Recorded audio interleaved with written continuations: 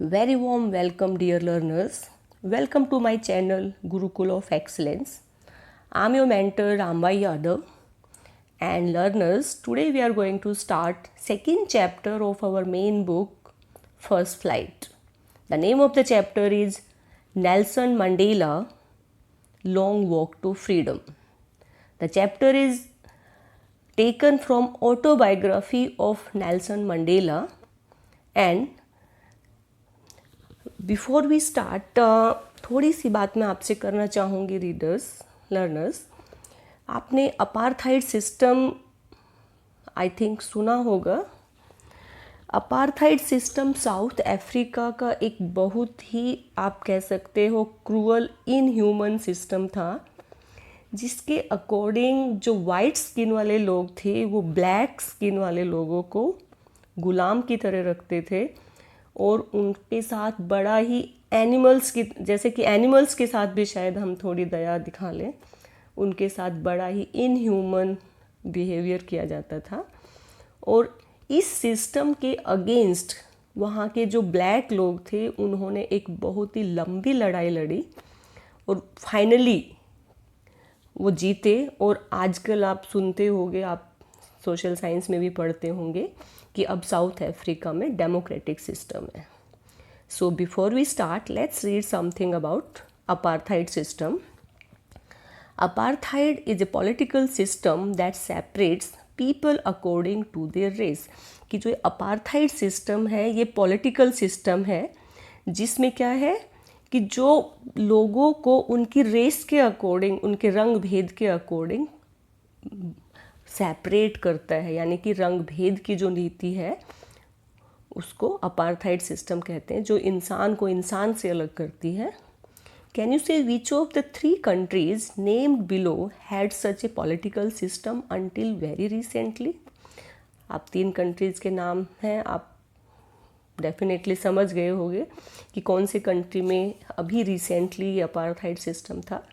It was south Africa. Yes. तो क्या आपने नेल्सन मंडेला के बारे में सुना है? डेफिनेटली अभी मैंने आपको बताया. Nelson Mandela and his African National Congress spent a lifetime fighting against apartheid. Mandela had to spend 30 years in prison. आप इमेजिन कर सकते हो कि नेल्सन मंडेला ने अपनी ज़िंदगी के 30 साल जेल में बिताए. And finally Democratic elections were held in South Africa in 1994. और एक लंबे स्ट्रगल के बाद 1994 में डेमोक्रेटिक इलेक्शंस हुए. Democratic means the government by the people, of the people, for the people, that one. ठीक है. And Mandela became the first black president of a new nation. और नेल्सन मंडेला जो new nation यहाँ पे कौन सा nation बना? The democratic nation. उसके फर्स्ट ब्लैक प्रेसिडेंट बने. तो आपको समझ में आ गया होगा कि नेल्सन मंडेला कौन थे. He was the first black president of South Africa as a democratic country. तो now let's read further. In this extract from his autobiography long walk to freedom, Mandela speaks about a historic occasion. तो जो ये आपका chapter है इसमें Nelson Mandela एक बड़े ही historic occasion means एक अवसर, बहुत ही ऐतिहासिक अवसर पे बोल रहे हैं. And what is the name of the occasion? The inauguration. उसका नाम है इनॉग्रेशन, शुभारंभ.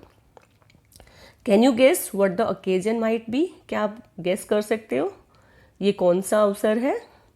Check your guess with the news item from the BBC of 10th May 1994.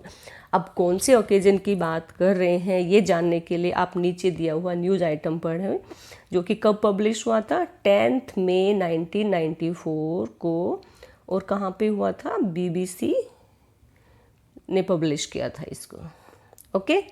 This was the news item from BBC. This is the British Broadcasting Company. तो it was in the radio. Let's see. And heading is Mandela becomes South Africa's first black president. Nelson Mandela has become South Africa's first black president after more than 3 centuries of white rules. तो president Nelson Mandela बने हैं south Africa के कितने कब after more than 3 centuries of white rule, more than 3 centuries white people ने वहाँ पे rule किया है. Mr. Mandela's African National Congress, short form is ANC, party won 252 of the 400 seats in the first democratic elections of South Africa. Africa's history. तो उस time Nelson Mandela ने out of 400 252 votes ली है और ये ऐसा first time हुआ है South Africa की हिस्ट्री में. The inauguration ceremony took place in the Union building amphi theatre. और जो इनोग्रेशन हो रहा है, इनोग्रेशन सेरेमनी, इनोग्रेशन किस चीज़ का हो रहा है? डेमोक्रेटिक कंट्री का जो इनोग्रेशन हो रहा है वो सेरेमनी हो रही है union buildings amphi theatre in Pretoria today. यानी कि today means 10th of May, क्योंकि न्यूज़ आइटम कब पब्लिश हुआ है? 10th of May. Attended by politicians and dignitaries from more than 140 countries. और कितने कंट्रीज के डिग्नेटरीज? डिग्नेटरीज कौन होते हैं? Special officials, invited guest. और 140 कंट्रीज के dignitaries and politicians they had come to attend this inauguration ceremony. Never, never again will this beautiful land experience the oppression of one by another, said Nelson Mandela in his speech. तो जब Nelson Mandela इस ceremony में अपना speech दे रहे हैं वो क्या उम्मीद करते हैं?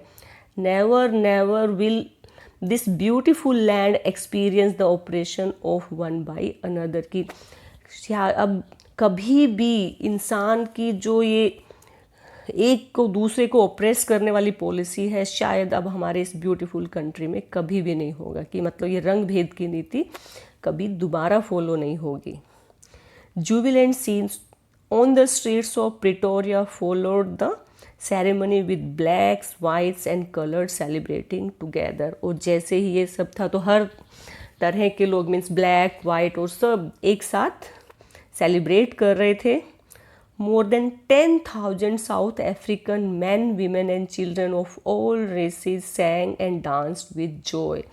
और more than 1 million people they all you can say sang, danced and enjoy together. So this was such a beautiful day when people of all the colors, all the you can say walks of life, they all enjoyed the feeling of unity together. So this was published in this was a news by BBC. So can you guess कि now what can be the occasion? I think you would have guessed कि this is the oath taking ceremony of Mr. Nelson Mandela. So now let's start the this chapter. Let's start the explanation part. Yes. 10th May dawned bright and clear. For the first few days, I had been pleasantly besieged by dignitaries and world leaders who were coming to pay their respects before the inauguration. तो इसमें जो Nelson Mandela ji हैं, this is the autobiography. और autobiography में उन्होंने लिखा है कि क्या था 10th of May कि 10 मई का दिन है. Dawn, dawn means begin, bright and clear कि it was just the beginning of bright and clear कि बहुत अच्छा ही, it is a clear sky, it's a beautiful day. For the past few days I had been pleasantly besieged. Besieged means surrounded very closely by dignitaries.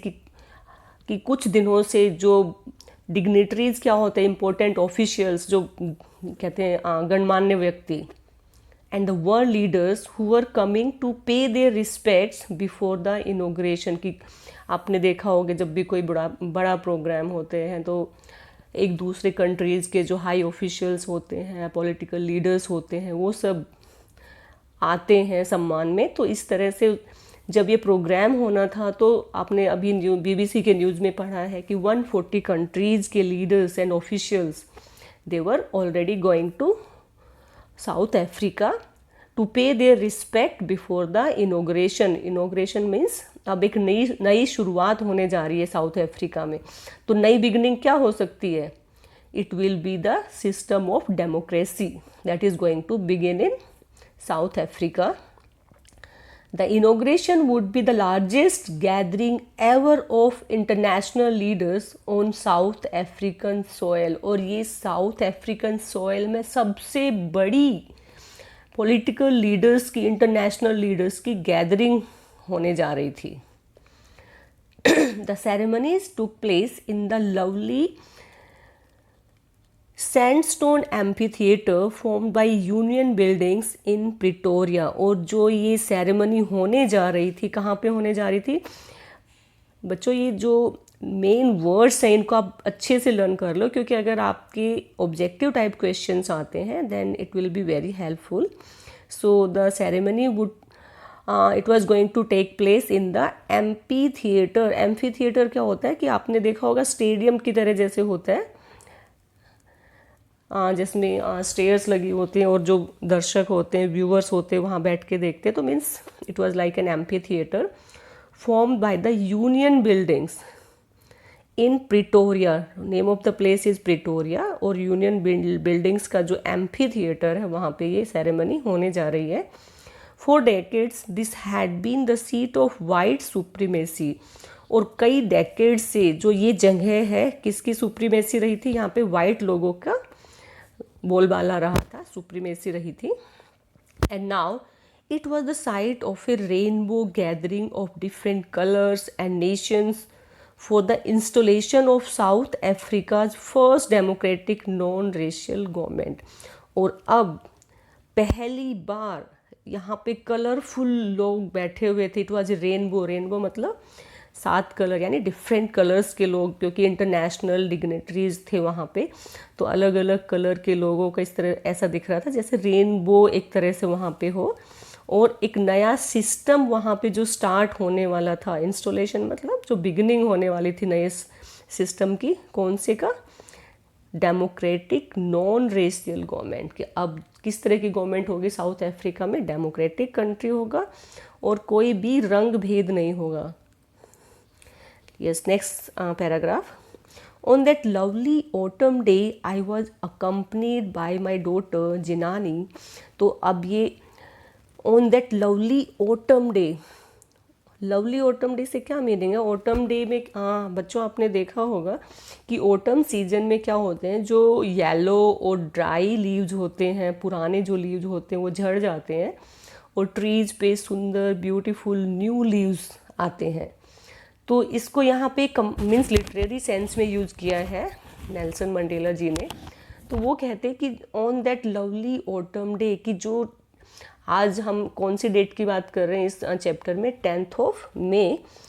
तो 10 मई को एक lovely autumn day है, क्योंकि इस दिन जो पुराना अपार्थाइड सिस्टम है वो ख़त्म हो चुका है और नया डेमोक्रेटिक सिस्टम स्टार्ट होने वाला है।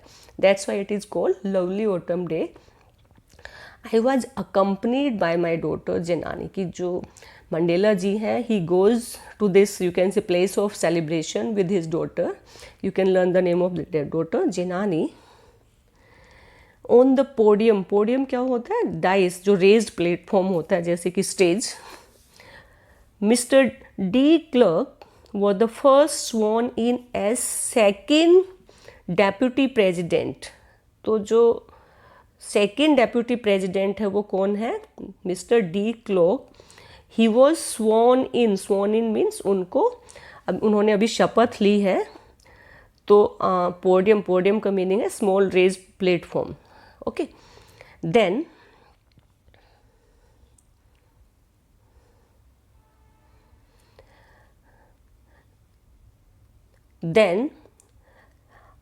मेकी was sworn in as the first deputy president. उसके बाद Thabo Mbeki, he was sworn is as the first deputy president. तो यानी कि 3 presidents they are to be sworn in. पहले आपने लास्ट पेज पे पढ़ा मिस्टर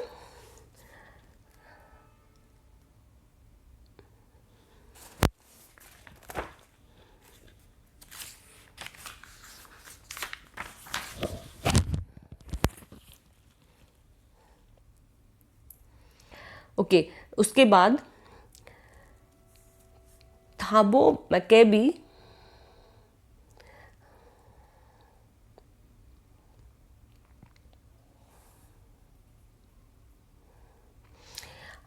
उसके बाद Thabo Mbeki was sworn as first deputy president, और उसके बाद Thabo Mbeki he was the first deputy president.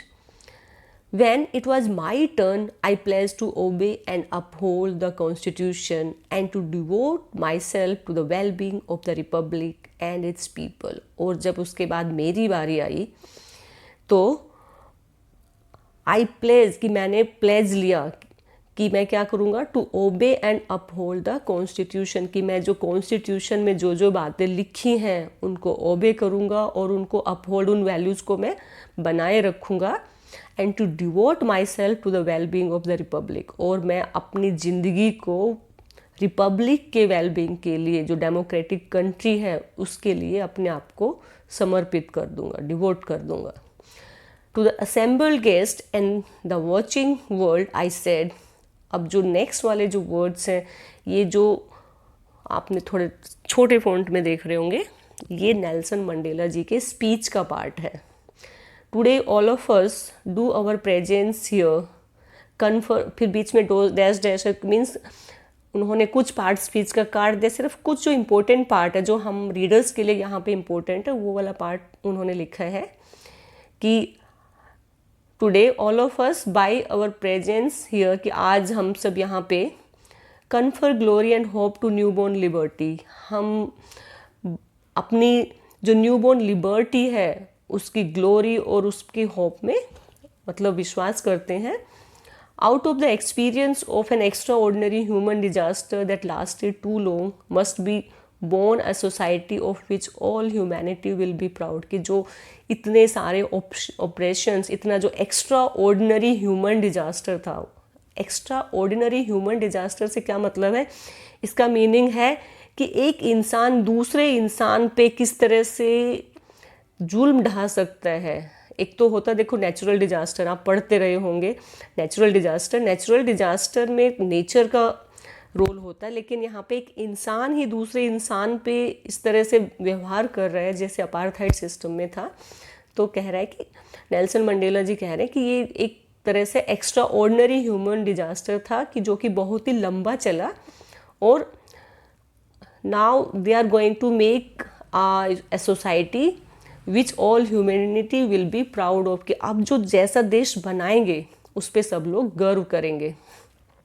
We who were outlaws not so long ago have today been given the rare privilege to be host of the nations of the world in our own soil, कि हम जो कि कुछ समय पहले outlaws क्या होता है, जो कि जिनके लिए कायदे कानून नहीं होते, कानून मतलब वाइट पीपल के लिए ही थे कि हमारे लिए कोई कानून नहीं थे. आज हमें प्रिविलेज मिला है. प्रिविलेज का मतलब क्या होता है, आज हमें एक अपॉर्चुनिटी मिली है जो कि to be the host to the nations of the world, कि हम जो वर्ल्ड के इतने सारे कंट्रीज़ के लोग आए उनके होस्ट की तरह हम उनका वेलकम कर सकें. We thank all of our distinguished international guest for having come to take possession with the people of our country of what is after all a common victory for justice, for peace and human dignity. तो यहाँ पे Mandela जी अपने सारे distinguished international guest को thanks करते हैं कि उन्होंने यहाँ पे वो लोग आए हैं, और जो इसमें what is after all A common victory for justice, वो इसको साउथ अफ्रीका की ही विक्ट्री नहीं मान रहे, वो कह रहे कि ये कॉमन विक्ट्री एक मैनकाइंड की विक्ट्री है for justice, peace and human dignity. We have at last achieved our political emancipation means freedom from restriction, कि आज हमें मतलब जो पॉलिटिकल रिस्ट्रिक्शंस हम लोगों पे लगी हुई थी उससे आज़ादी मिली है. We pledge ourselves to liberate all our people from the continuing bondage of poverty, deprivation, suffering, gender and other discrimination. और यहाँ पे मंडेला जी कहते कि हम प्लेज लेते कि हम हर तरह की बॉन्डेज, किस तरह की बॉन्डेज, जैसे कि पॉवर्टी की है, डिप्रेवेशन मतलब आप किसी को कुछ चीज़ें मिलती हैं, किसी को नहीं मिलती हैं, सफरिंग्स की हैं, जेंडर की, और भी किसी तरह का भेदभाव है, सब ख़त्म कर देंगे. Never never and never again shall it be that this beautiful land will again experience the oppression of one by another. और मंडेला जी बड़े ही एम्फेसाइज करके फोर्सफुली कहते हैं कि कभी भी ऐसा साउथ अफ्रीका की धरती पे कभी नहीं होगा, कि इतनी सुंदर साउथ अफ्रीका की जो धरती है वहाँ पर दोबारा कभी इस तरह का भेदभाव नहीं होगा. The sun shall never set on so glorious a human achievement. और sun shall never set in the sense कि जो ये इतनी अच्छी ग्लोरियस अचीवमेंट साउथ अफ्रीका को मिली है, वहाँ पर सन कभी सेट नहीं होगा. यानी कि अच्छाई का जो एक डेमोक्रेसी है, जो एक यूनिटी है, इक्वालिटी है, उसका सूरज हमेशा उगा रहेगा, और जो बुराई है उसका सन सेट हो जाएगा. लेट फ्रीडम रेन, कि आज के बाद आज़ादी की ही बोलबाला होगा. फ्रीडम विल रेन कि means the governance will be of freedom. God bless Africa. So this is the part of his speech. So let's do the oral comprehension check before we start. Where did the ceremonies take place? Can you name any public building in India that are made of sandstone? Yes, अभी जो beginning के part में आपने देखा होगा, I told you this is it was there here in the lovely sandstone amphitheatre formed by Union Buildings in Pretoria. तो it was organised in amphitheatre formed by the Union buildings in Pretoria. So it's the place where this ceremony took place. And after that, have you seen any building which are made up of sandstones? I think our Red Fort, that is also made up of sandstone. Can you say how 10th May is an autumn day in South Africa? देखो अभी मैंने आपको बताया कि autumn day का मतलब क्या होता है. When the autumn is the season when trees they shed their old yellow dead leaves, drying leaves, and they get ready to bear the new leaves. तो यही उस दिन साउथ अफ्रीका में जो उनका old hateful inhuman apartheid system था, that was dropped and the new democratic system was going to be started. So that's why it is said to be Autumn's Day in South Africa's history. Next is, at the beginning of his speech, Mandela mentions an extraordinary human disaster. What does he mean by this? तो ये extraordinary human disaster, that is apartheid system. And what is the glorious human achievements he speaks of at the end? The human glorious achievements is the beginning of the democratic system that they got after a long struggle of decades. What does Mandela thank the international leaders for? So Mandela thanks the international leaders for being the part of this inaugural ceremony. And the fifth question is, what ideals does he set out for the future of South Africa? What are the ideals? You can note it here in the last part. Yes, let me mark it. It is here.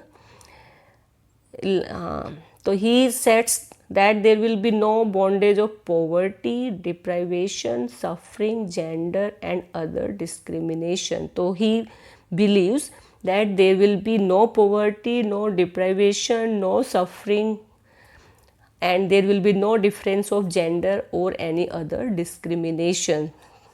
Nelson Mandela, he sets out for these are the ideals he sets out for the future of South Africa. So you can note down these important words for this. Okay, so now let's move on to the next.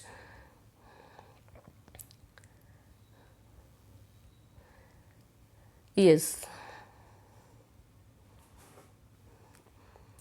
a few moments later, we all lifted our eyes in awe as a spectacular array of South African jets helicopters and troops carriers rode in the perfect formation over the Union building। और अभी जैसे ceremony चल रही है, अभी Nelson Mandela ji ने nation को address किया है, उसके थोड़ी ही देर बाद सबकी आईज कहाँ देख रही थी? आसमान की तरफ। ओ क्या होता है? A feeling of respect that may be due to respect और फियर, कि कई बार हम किसी की इज्जत करते डर के मारे या रिस्पेक्ट के लिए, that is called O.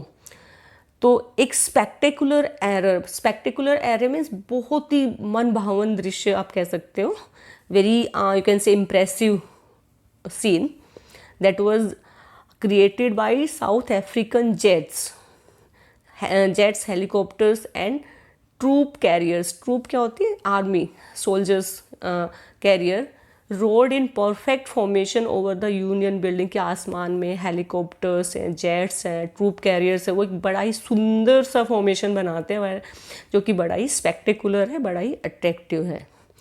It was not only a display of pinpoint precision and military force but a demonstration of the military's loyalty to democracy, to a new government that had been freely and fairly elected।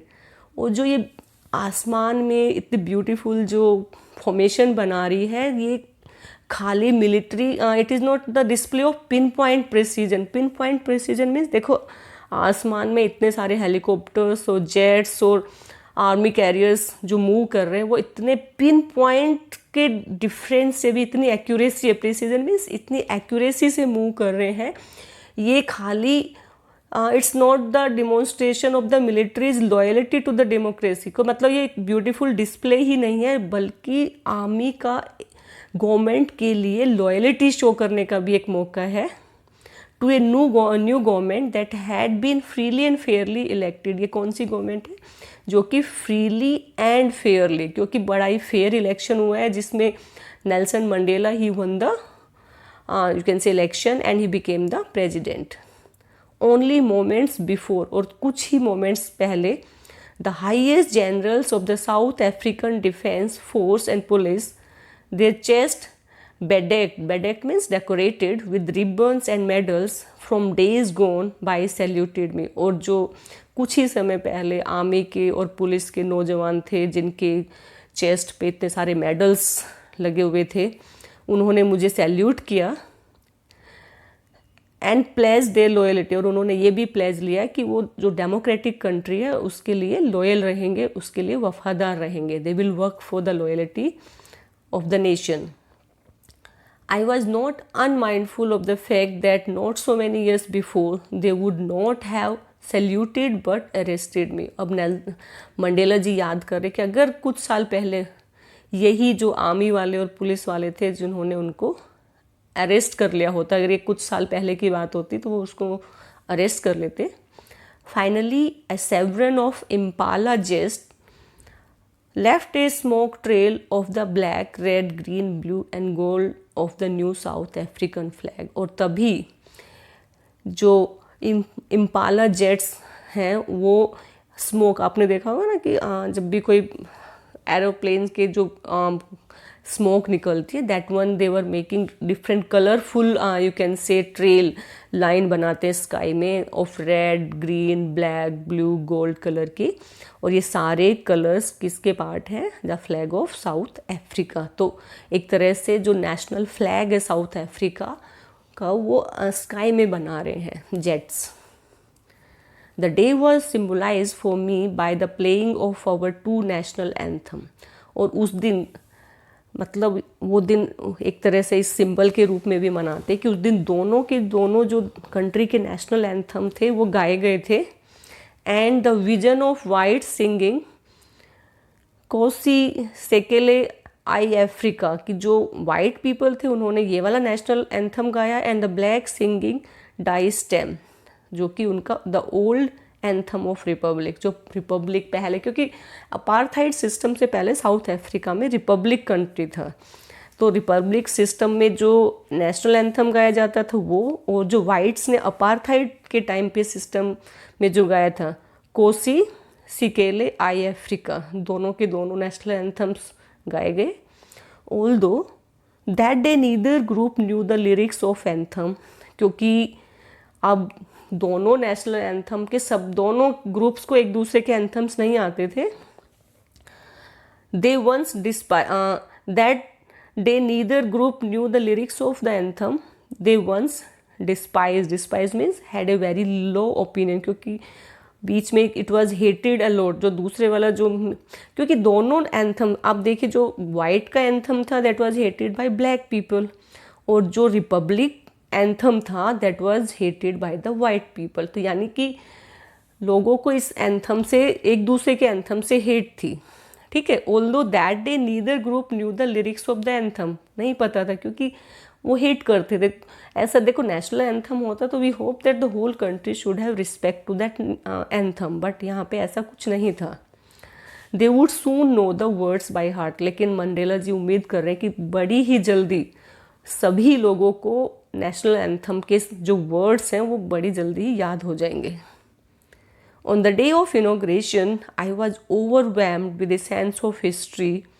तो अब इस दिन Nelson Mandela ji हैं बड़े ही overwhelm मतलब बड़े emotional हो जाते हैं, भावुक हो जाते हैं.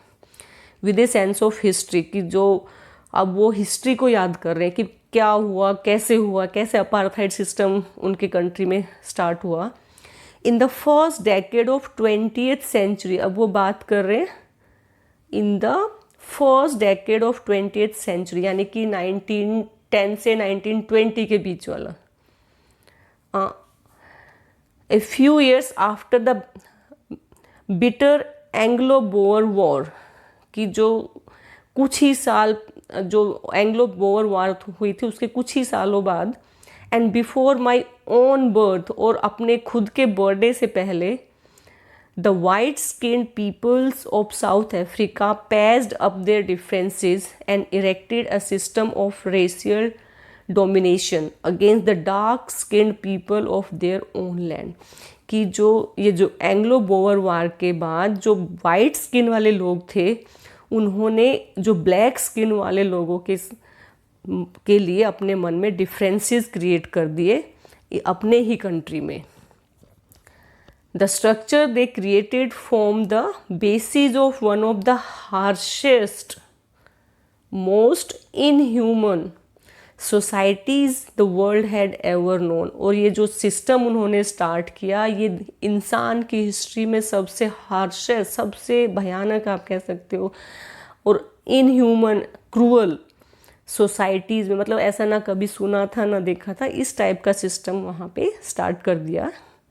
Now in the last decade of 20th century, और अब ये last decade 1994, last decade, okay, first decade बेटा 1901 to 1910 होगा. ओके, तो फर्स्ट डेकेड में स्टार्ट होता है और last decade of 20th century में, and my own 8th decade as a man. और जो नेल्सन मंडेला जी है उनका खुद का ये 8th decade है, यानी कि वो खुद नेल्सन मंडेला जी 80s में चल रहे हैं, 80 के दशक की एज है उनकी. That system had been overturned forever and replaced by one that recognized the rights and freedom of all people. और जब मंडेला जी कह रहे कि मेरी लाइफ का जब ये 80th डेकेड चल रहा है, तब ये जो अपार्थाइड सिस्टम था ये ख़त्म हो गया है, एंड जो लोग हैं उन्होंने अपने राइट्स एंड फ्रीडम्स को रिकॉग्नाइज किया है, regardless of the colour of their skin. कि अब कोई भी रंग भेद नहीं है, कोई भेदभाव नहीं है, there is the feeling of oneness. Yes, अब बढ़ते नेक्स्ट पैराग्राफ पे. That day had come about through the unimaginable sacrifices of thousands of my people. That day आप यहाँ पे कौन से डे को समझ सकते हो? That day means ये जो ऑटम डे है, द इनॉग्रल डे है, उसके लिए यूज हुआ है दैट डे. और जो ये दिन है, that day had come about through the unimaginable sacrifices.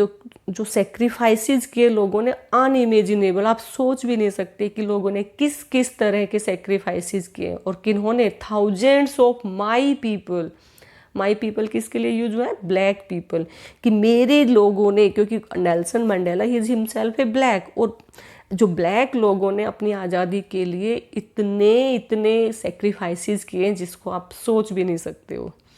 People who suffering and courage can never be counted और रीपेड, कि उन लोगों की जो सफरिंग है, जो उनका करेज है, उनकी हिम्मत है, आप उनको काउंट नहीं कर सकते और उनकी कोई कीमत नहीं चुका सकता है. I felt that day, as I have on so many other days, that I was simply the sum of all those African patriots who had gone before me. और मंडेला जी कहते कि जो मैंने मतलब आज और बहुत बार पहले भी ये महसूस किया है कि मैं जो बहुत से लोग हो चुके जिन्होंने सेक्रीफाइसेस किए, I am just one of them, I am the sum of all those, कि जो आई एम जस्ट वन, कि कितने सारे लोगों ने जो सेक्रीफाइस किए, मैं भी उनमें से एक रहा हूँ. That long and noble line ended and now began again with me. और जो वो एक सेक्रीफाइसेस की एक जो इतना लंबा, जो पैट्रियट्स ने इतना सेक्रीफाइसेस सफरिंग सहन की है, वो एक लंबी लाइन अब ख़त्म हो गई है. And now they are going to begin the new beginning. I was pained that I was not able to thank them and that they were not able to see what their sacrifices had wrought. और Mandela ji कह रहे कि जो जिन्होंने sacrifices किए हैं इस country के लिए, जो स्ट्रगल में जिन्होंने इतना कंट्रीब्यूशन किया है, मैं आज उनको थैंक्स नहीं कर पा रहा हूँ, क्योंकि वो लोग अभी उनकी डेथ हो चुकी होगी, वो मर चुके हैं. और जो उन लोगों ने जिस चीज़ के लिए सेक्रीफाइसेस किए हैं, वो लोग इसको देखने के लायक अब नहीं है, because they are not able to see as they have already sacrificed their lives for the democracy, for equality. चलो आगे बढ़ते हैं. The policy of apartheid created a deep and lasting wound in my country and my people, कि जो apartheid system है ना, इसने लोगों की आत्मा में एक बहुत ही गहरा और लॉन्ग लास्टिंग घाव पैदा कर दिया है. All of us will spend many years if not generations recovering from that profound hurt. और प्रोफाउंड मीन्स डीप.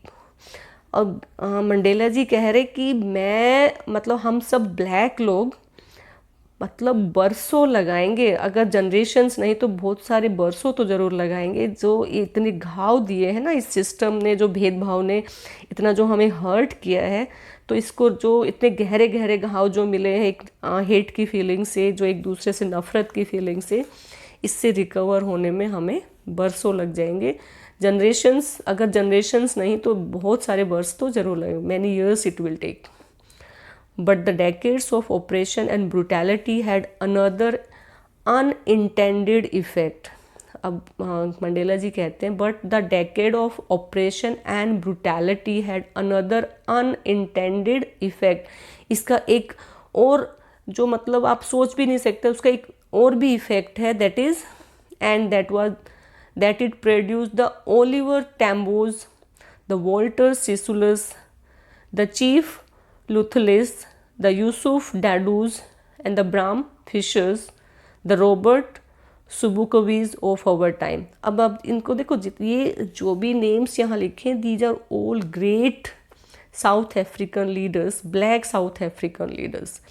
और कह रहे कि ये इसी सिस्टम की वजह से इतने सारे ये ग्रेट लीडर्स पैदा हुए. देखो, अगर आप इसको अपने कॉन्टेक्स्ट में समझ सकते हो, इंडिया की कॉन्टेक्स्ट में, जैसे इंडिया में जो freedom of the struggle of freedom था, उसके लिए कितने ही लोगों ने कुर्बानी दी, कितने ही भगत सिंह, कितने ही सुखदेव, सुभाष चंद्र बोस, इतने ग्रेट लीडर कैसे पैदा हुए? क्योंकि अगर हमारा इंडिया ऑलरेडी ही इंडिपेंडेंट होता तो क्या ये ग्रेट लीडर, क्या इनकी पर्सनैलिटी हमें पता होती? शायद नहीं होती.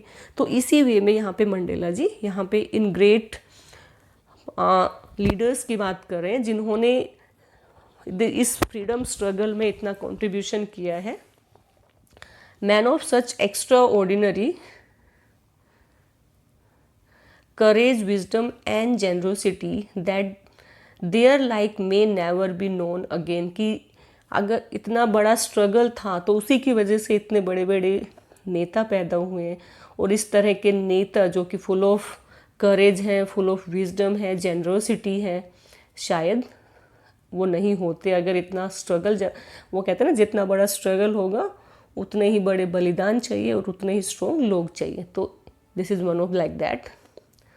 Perhaps it requires such depth of operation to create such heights of character. This is one of the very important line कि ध्यान से देखिए. Perhaps it requires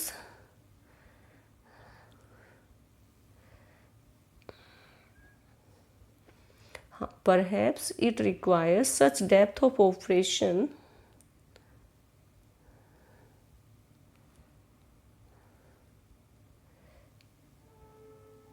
to create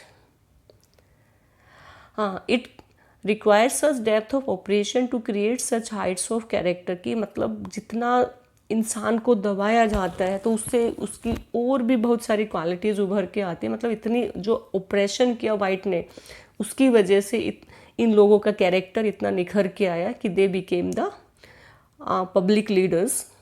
My country is rich in minerals and gems that lie beneath its soil, but I have always known that its greatest wealth is its people. कि जो south Africa है उसमें बहुत से minerals पाए जाते हैं और बहुत से जेम्स मीन्स हीरे मोती जवाहरात. तो इतने सारे बहुत ये that is south African soil is rich in James. But I have always known that it's greatest wealth is it's people. और किसी भी कंट्री की सबसे वैल्यूएबल वेल्थ क्या होती है? उनके लोग होते हैं. Finer and truer than the purest diamond. और जो ये लोग होते हैं, जो प्योरेस्ट डायमंड होते हैं उससे भी बेटर होते हैं. Finer and truer. It is from these comrades in the struggle that I learned the meaning of courage. और मैं इन्हीं comrades means friends, in the struggle that I learned the meaning of courage. कि मुझे जो courage का meaning है इन्हीं freedom struggle means freedom fighters के साथ में ही मुझे समझ में आया. Time and again I have seen men and women risk and give their lives for an idea. और बार बार मैंने देखा कि लोग और they means men and women कि वो अपनी ज़िंदगी को कैसे दांव पे लगा रहे थे, कैसे अपनी लाइफ का सेक्रीफाइस कर रहे थे ओनली फॉर एन आइडिया. और वो आइडिया किसका है? That idea is of democracy, of equality. I have seen man stand up to attacks and torture. और मैंने देखा कि लोग कैसे अटैक्स और टॉर्चर के सामने खड़े होकर उसको फेस कर रहे थे, उसको टॉलरेट कर रहे थे विदाउट ब्रेकिंग. और वो गिव अप नहीं कर रहे थे, टूट नहीं रहे थे, सामने खड़े होकर सहन कर रहे थे. Showing strength and resilience. वो अपनी ताकत और रेजिलेंस क्या होती है? जब भी आप कोई प्रॉब्लम फेस करते हो उसको बाउंस बैक करना, उसको बड़े सहन शक्ति से उसको डील करना, वो उसको रेजिलेंस के साथ डील कर रहे थे. That defies the imagination. आप imagination mean that is beyond imagination. कि लोग किस तरह से अपनी ज़िंदगी की परवाह करे बगैर किस तरह से बड़े स्ट्रांगली वो फाइट कर रहे थे without giving up. You can hardly imagine कितने स्ट्रॉन्ग लोग थे वो. I learn that courage was not the absence of fear. This is very important line. क्या कहते हैं मंडेला जी की? करेज is not the absence of fear but the Triumph over it. लेकिन क्या है करेज? करेज है डर पे जीत हासिल करना. आपने वो ऐड भी सुनी होगी ना, डर के आगे जीत है. तो दिस यू कैन से in brief. The brave man is not he who does not feel afraid but he who conquers the fear. Very important line. कि ब्रेव वो नहीं है जो डरता नहीं है, ब्रेव वो है जो अपने डर पे काबू करता है, जो अपने डर को जीतता है, उसको ब्रेव कहते हैं. No one is born hating another people because of the color of his skin or his background or his religion. अब मंडेला जी कहते हैं कि जब कोई पैदा होता है ना, वो इंसान किसी भी तरह की नफ़रत के साथ पैदा नहीं होता. नफ़रत कौन कौन सी? स्किन के कलर की, किसी की फैमिली बैकग्राउंड हो सकती है, किसी का रिलीजन हो सकता है. तो यानी कि इन डिफरेंसेस से मतलब हेट करने के लिए मतलब कोई पैदा होता, तो ये सब उसके दिमाग में नहीं होती है. People must learn to hate, and if they can learn to hate they can be taught to love. और ये जो हेट करना है ना, वो लोगों को वो सीखते हैं. People must learn to hate. अब उस टाइम जो सिस्टम था, दे मस्ट, उनका एक तरह से मस्ट था हेट करना. And if they learn to hate, और अगर वो लर्न करना सीख सकते हैं, they can be taught to love also. जब लोग हेट करना सीख सकते, जब उस टाइम में जब अपार्थाइड सिस्टम था, तो it was a must for them. तो अगर वो हेट करना उनके लिए ज़रूरी था, तो क्या वाई नॉट दे लव करना भी तो सीख सकते हैं. They can be taught to love and for love comes more naturally to the human heart than its opposite. कि मतलब इंसानों में सबसे पहले प्रेम की भावना ही आती है, एक दूसरे से प्यार पहले आता है, नफरत हम बाद में सीखते हैं. Even in the grimmest times in prison, grimmest means very harshest, very bad time in the prison, when my comrades and I were pushed to our limits means मतलब हद हो गई थी जो उनकी सहन शक्ति की, उस टाइम की बात बताते हैं. I would see a glimmer of humanity in one of the guards. कि तब वहाँ पे एक मतलब कि एक गार्ड ने उनको जो प्रिजन में इंसानियत दिखाई, एक he showed the you can say ray of light, perhaps just for a second. वो शायद वो एक सेकेंड के लिए जो इंसानियत दिखाई, उसने उनको मीन्स चेंज कर दिया. Otherwise he would have means he was pushed to his limits. कि मतलब वो थक चुके थे स्ट्रगल करते करते. But it was enough to reassure me and keep me going. और जो फॉर एक छोटे से सेकेंड के लिए जो एक वन ऑफ द एक गार्ड ने उनके लिए जो इंसानियत दिखाई थी, that reassured him to keep on struggling. जो उन्होंने उनको और हिम्मत के साथ स्ट्रगल करने की यू कैन से प्रेरणा दी.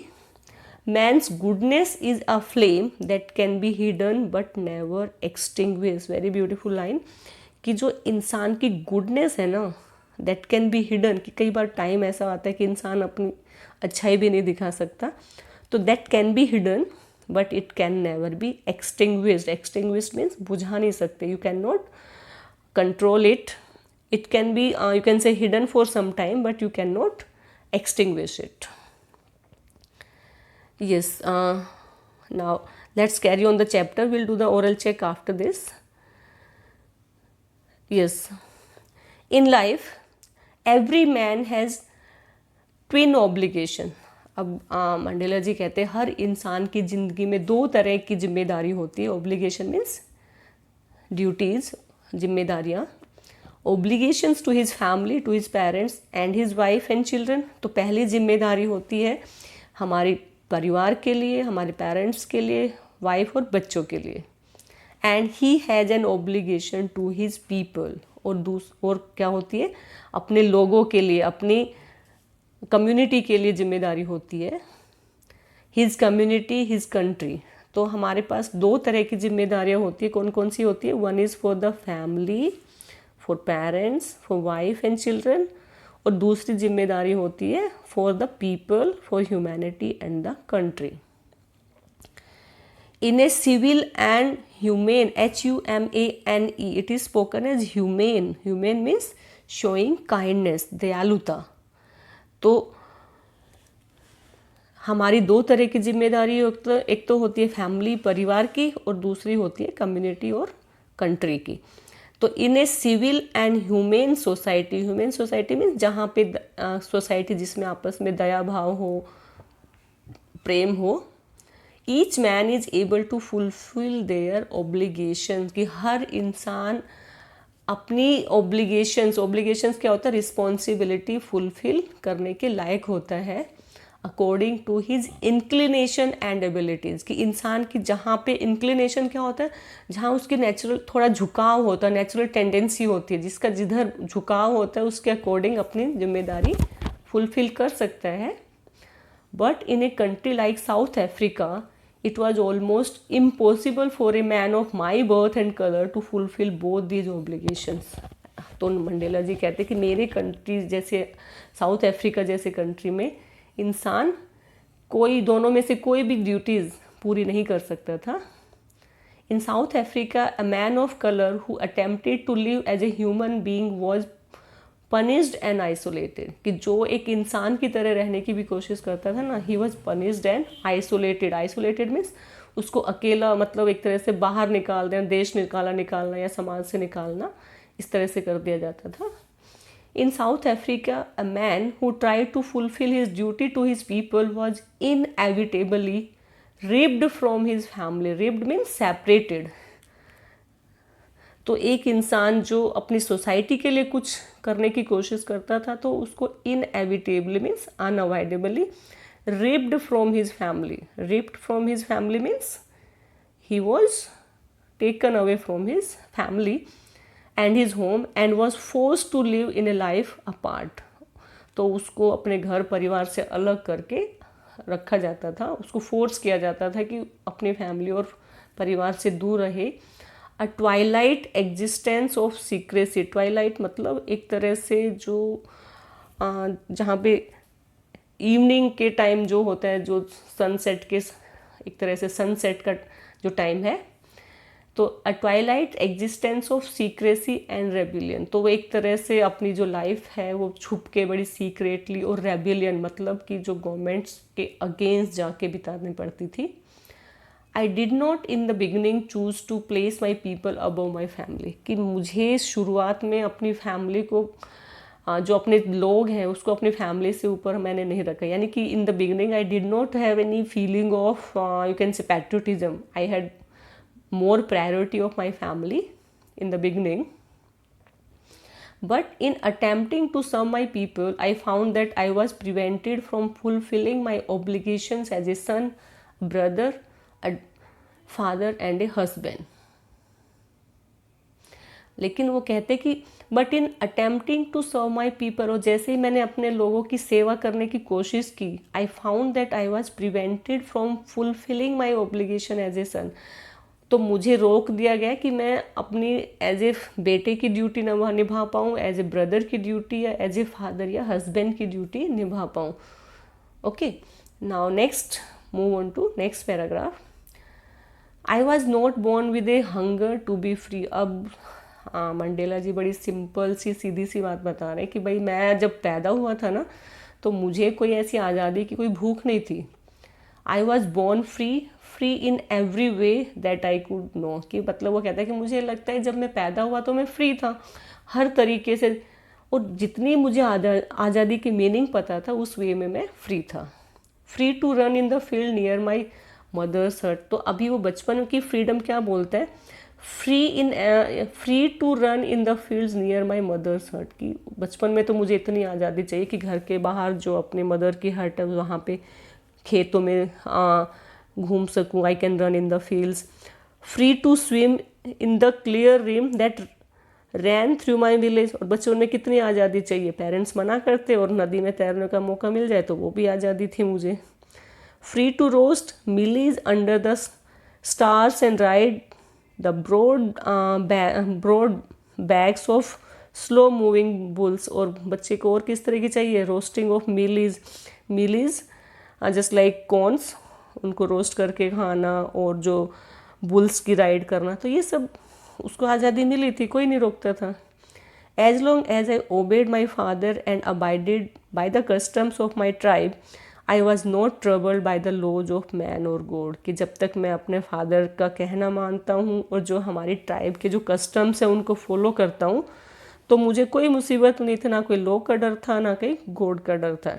तो यानी कि जब बचपन में कहते कि मंडेला जी कि जो बचपन में जिस तरह की आज़ादी का मतलब मुझे पता था, जस्ट लाइक कि अपने फील्ड्स में दौड़ लेना, स्विमिंग कर लेना स्ट्रीम में, और मिलीज खाना, और मीन्स बुल की राइड करना, और अपने ये सारी तरह की आज़ादी थी। और अगर मैं अपने कस्टम्स को फॉलो करता हूँ और फादर की बातें मानता हूँ तो देयर वाज नो प्रॉब्लम। अब जैसे ही वो बड़ा होता है तो देखते हैं उनके आज़ादी के क्या मायने बदलते हैं। It was only when I began to learn that my boyhood freedom was an illusion. और जैसे ही वो थोड़ा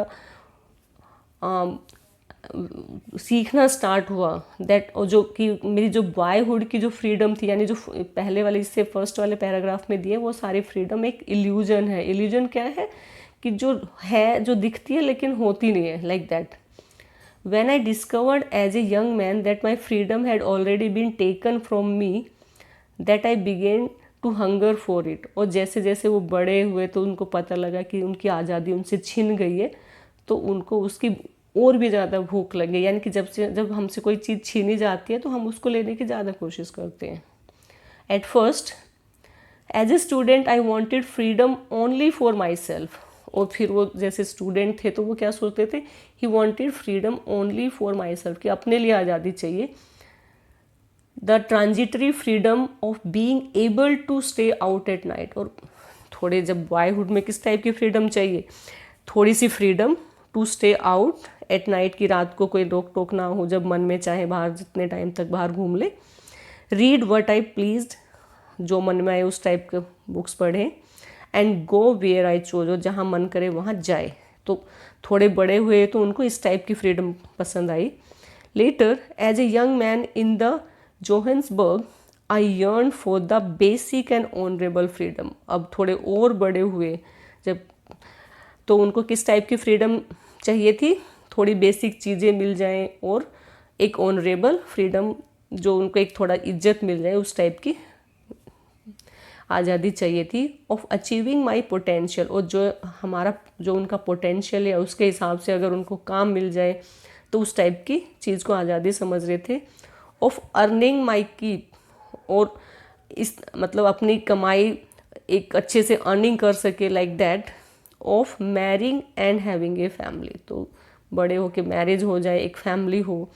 the freedom not to be obstructed in a lawful life, और जो फ्रीडम कोई मतलब जिसमें कोई ऑब्स्ट्रक्शन ना हो, जो एक लॉफुल लाइफ बिताने के लिए हो, मतलब इस टाइप की उनको फ्रीडम चाहिए थी। तो यानी कि फ्रीडम के जो मीनिंग है नेल्सन मंडेला के लिए, वो टाइम टू टाइम चेंज हो रहे हैं। बॉयहुड में अलग है, थोड़े बड़े हुए तो थोड़े डिफरेंट हो गए, और जब थोड़े और ग्रोन अप हुए तो उनके मीनिंग और थोड़े चेंज होते जा रहे हैं। और अब देखते हैं उसके बाद क्या मीनिंग चेंज होते हैं फ्रीडम के उनकी लाइफ में। Next paragraph.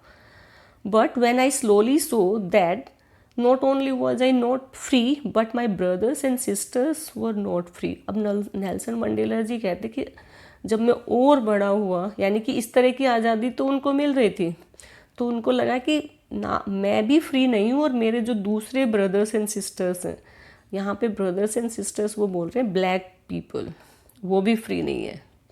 I saw that it was not just my freedom that was curtailed, curtailed means reduced, but the freedom of everyone who looked like I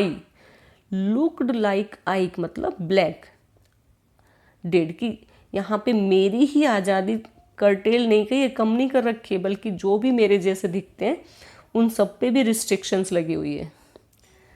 That is when I joined the African National Congress, and that is when the hunger of my own freedom became the greater hunger for the freedom.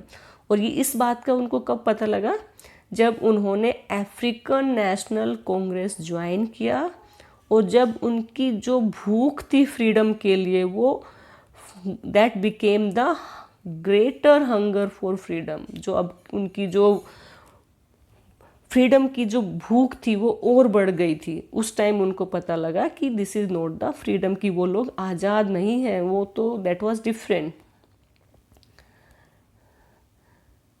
Now let's move to the next. Yes, of my people. It was this desire for the freedom of my people to live their lives with dignity and self-respect, and animated my life. That transformed a frightened young man into a bold one. अब जो Mandela जी की जो desire for freedom थी, इसमें क्या चाह रहे हैं, फ्रीडम ऑफ माई पीपल, वो अपनी आज़ादी के साथ साथ अपने लोगों की, यानी कि ब्लैक पीपल की उनकी भी आज़ादी चाहिए थी। किस तरह की आज़ादी, to live their life with dignity and self respect, ताकि वो लोग डिग्निटी से, सेल्फ रिस्पेक्ट से एक ज़िंदगी जी सके। और ये जो दैट एनिमेटेड माई लाइफ, और ये वाला जो थॉट था उसने उनकी लाइफ को चेंज कर दिया. That transformed a young frightened man into a bold one. इसकी वजह से वो यंग फ्राइटन्ड, इससे पहले एक यंग ड्रे हुए पर्सन से एक बोल्ड पर्सन में ट्रांसफॉर्म हो गए, चेंज हो गए. That drove a law abiding attorney to become a criminal. आज तक तो वो लॉ अबाइडिंग अटॉर्नी थे, he was in the I think profession of law, और वो आज से क्रिमिनल कहलाए जाने लगे. बिकॉज अब जो अपार्थाइड सिस्टम के अगेंस्ट जो बोल रहा था वो सब क्रिमिनल बोला जाता था. That's why that turn a family loving husband into a man without a home. इससे पहले जो फैमिली लविंग हस्बैंड था वो किस में चेंज हो गया, मैन विदाउट अ होम. वो अब क्योंकि अगर जब उस मंडेला जी ने national in African National Congress join की तो he was force to away from his family his people, तो उनको अकेला रहना पड़ा. तो he had to become a man without a home. That forced a life loving man to live like a monk. जो life loving person था, इससे पहले उन्होंने ज़िंदगी से बहुत प्यार था, अब वो क्या बन गए, अ monk. monk means a Sadhu. I am no more virtuous of self-sacrificing than the next man. And what he says, I am no more virtuous or self-sacrificing than the next man. कि मेरे से दूसरे person से ज़्यादा मैं कोई ज़्यादा virtuous या सेल्फ सेक्रीफाइसिंग पर्सन नहीं था, कि जो बहुत ज़्यादा बलिदान करे, इस तरह का नहीं था. But I found that I could not even enjoy the poor and limited freedoms I was allowed when I knew my people were not free. और उनको लग रहा है कि जो थोड़ी सी जो उनको लिमिटेड फ्रीडम थी उसको आज़ाद, उसको एन्जॉय नहीं कर पा रहे थे, जब उन्हें पता था कि उनके लोग जो बाकी ब्लैक लोग हैं वो फ्री नहीं है. Freedom is invisible. अब ये वाली लाइन बड़े ध्यान से देखिए. Freedom is invisible. The chains on any one of my people were the chains on all of them. और वो कहते हैं कि आज़ादी जो दिखती नहीं है, लेकिन छोटी सी भी जो रिस्ट्रिक्शन है, that works as a chain. इसका मतलब कि अगर किसी को भी, अगर वो गुलामी की चेन बंधी हुई है, इसका मतलब वो सब पे है. The chain of on any one of my people were the chain on all of them. कि किसी पे भी अगर किसी तरह की रिस्ट्रिक्शन है, it means that is on all. The chains of all of my people were the chains on me. और जो सब लोगों की चेन्स थी, जो गुलामी की जो जंजीरें थी, they were the chains for Mandela. I knew that the oppressor must be liberated just as surely as the oppressed. अब ये वाला थोड़ा बड़े ध्यान से सुनिए कि जो ऑप्रेसर है, जो दूसरों को दबाता है, that must be liberated. liberated means freed. just as surely as the oppressed. कि जिसने जिसको दबाया है, जिसने और जो दबाने वाला और जिसको दबाया है, दोनों को फ्री होना चाहिए, लिबरेट होना चाहिए.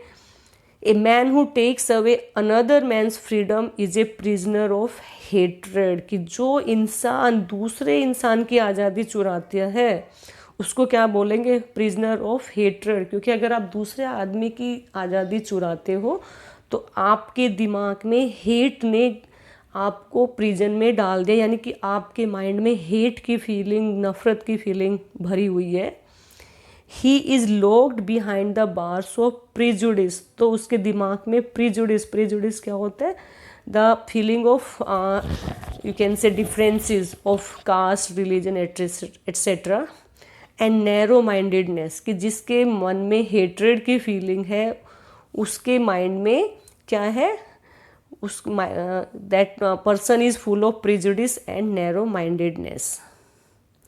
आई am not truly free if I am taking away someone else freedom. कि अगर मैं अपने आप को कहूँ कि मैं फ्री इंसान हूँ और मैं दूसरे की फ्रीडम लेता हूँ, तो it means I am not a truly free person. Just as surely as I am not free when my freedom is taken from me. कि और इसको इसी तरह से कंपेयर कर रहे हैं, जैसे कोई मेरी फ्रीडम मुझसे छीनता है, उसी तरह से मैं अगर किसी की दूसरे की फ्रीडम छीनता हूँ तो मैं फ्री नहीं हूँ. The oppressed and the oppressor alike are robbed of their humanity, कि जो किसी की आज़ादी छीनता है और जिसकी आज़ादी छीनती है, यानी जो दूसरों को दबाता है और दूसरों पे अत्याचार करता है, तो दोनों करने वाला और जिस पे किया जाता है, they are robbed of their humanity, उनकी इंसानियत छिन जाती है. They don't have any human values, they are not human beings. So this is all about the chapter. In the next video, I'll share with you the questions of this chapter. And listeners, if you like my video, please share and click the like button. Thank you. Have a nice day.